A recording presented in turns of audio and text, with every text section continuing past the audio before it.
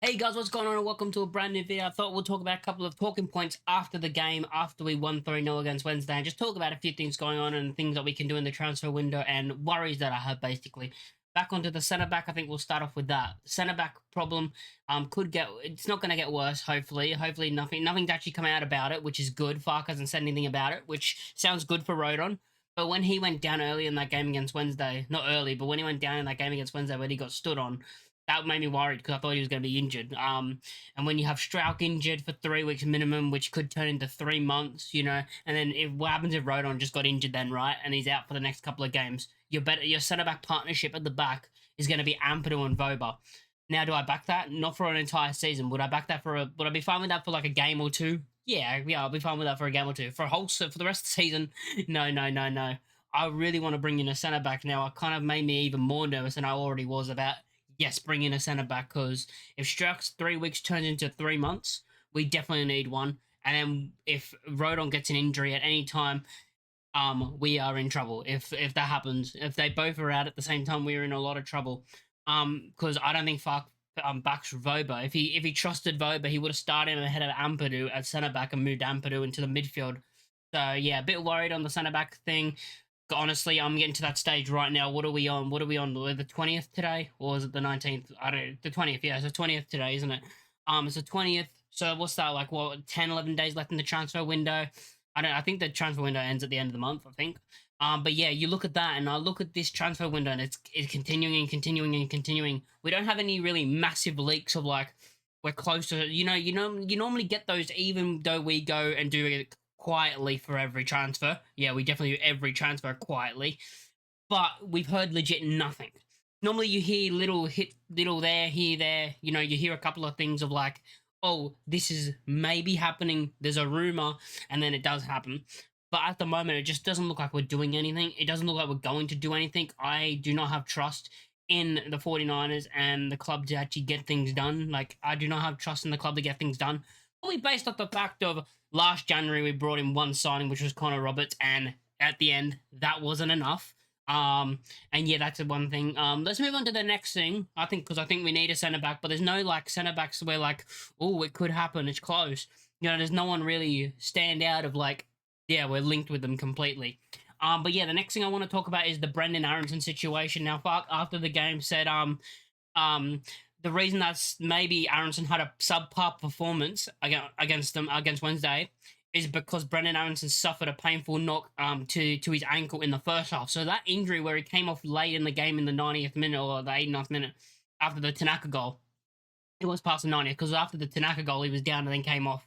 He apparently was feeling that and it was painful in the first half, which makes me look at Aronson as like he's improved so much as a player. Like if I saw Aronson like when he first arrived at Leeds, right? If he felt like if he was in pain, right, at any point during a game in the first half, immediately he would be like, sub me off. It seems like he's gotten to that stage where he's like more stronger, I guess, because like when we first signed him, he'd be straight away off if he felt like he was in pain. But now it looks like he's going to be playing through pain at some stages, which, is a good thing and could be a bad thing. Rutter did play through pain as well last season, remember that? But he actually played better when he did have the injury that he had. He actually played better before he got the surgery, which was weird. But yeah, with Aronson, that's why we need a number 10. Because the bad part about that is if he continues playing while he feels this pain and then it gets worse and he gets that big injury, it'll be longer than him just, resting. And if that's the case, then in my main, the next thing we're going to be talking about after this is actually the attacking situation and how Farke's going to have a head scratcher of who to choose.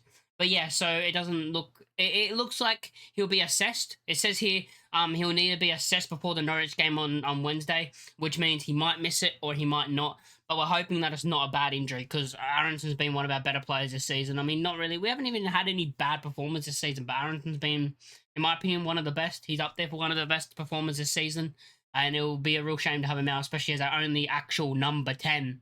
But yeah, the next situation we have to talk about, of course, I want to bring this up because it's going to be hard for Farke to decide who starts on the wings. If Aronson does play, let's talk about it because Ramazani has come off the bench in the game against Wednesday and has got a goal and an assist.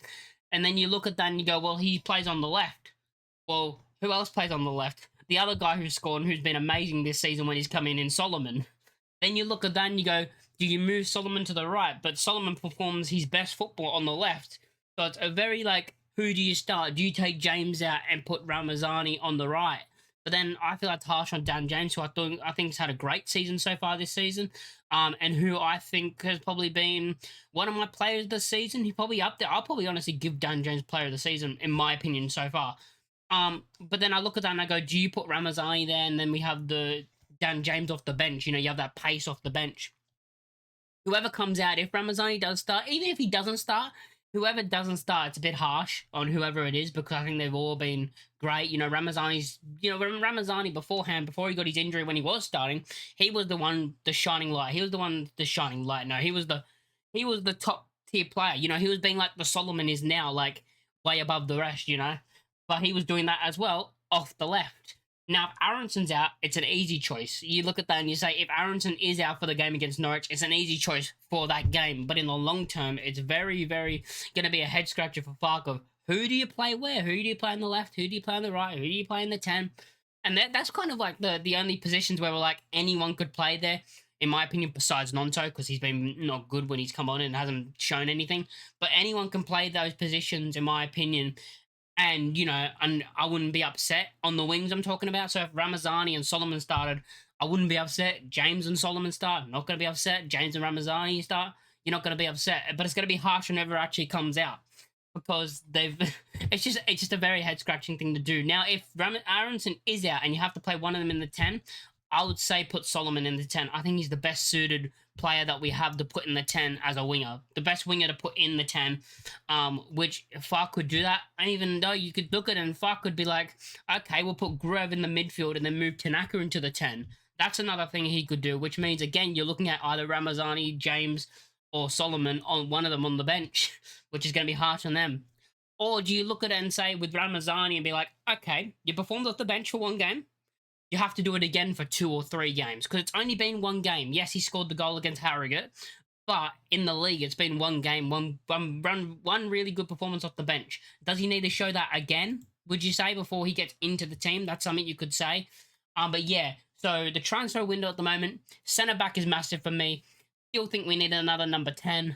I mean, we're not getting a starting striker, but a starting striker would be very, very nice because then it'll be like, even if it's not a starting striker, just someone to challenge Pirro would be nice, but I just don't see that happening at all. So yeah, I look at the team and the 2 positions now that I'm worried about most is centre back because of injuries and stuff, and of course the number 10. We're sorted on the wings. Like the wings are the most sorted thing that we have. The midfield, we're sorted. You know, yeah, we have all those options. It's centre back and the 10 for me, and a 9 if we can get that done. That would be like the last choice for me. If we can get the 9 done, get it done. But yeah, if you guys like the video, make sure to like, comment, and subscribe, and let me know what you think. Who would you start? Actually, I wanted you to tell me, who would you guys start on the wings? Which player? Actually, just tell me your front 4. Tell me your front. Actually, no. Tell me your 3 behind the striker because the striker's Pirro. So tell me your 3 behind the striker, and let me know who you think will be dropping out and who and why. I think it's really harsh whoever does. But yeah, if you guys like the video, like, comment, and subscribe, and I'll catch you all next time. Peace.